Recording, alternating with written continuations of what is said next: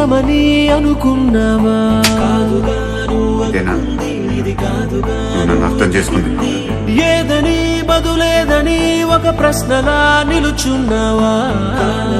వెను తిరగనిది ఇవ్వదు నువ్వు అడిగినది, ఏ వేలో పట్టుకొని నేర్చేదే నడకంటే ఒంటరిగా నేర్చాడా ఎవడైనా?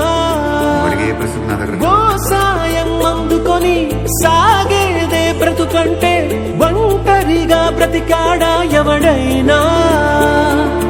పదుగురు మెచ్చిన ఈ ఆనందం నీ ఒక్కడిదైనా, నిన్ను గెలిపించిన జీవితంలో గెలవడం అంటే సంపాదించడమేనా?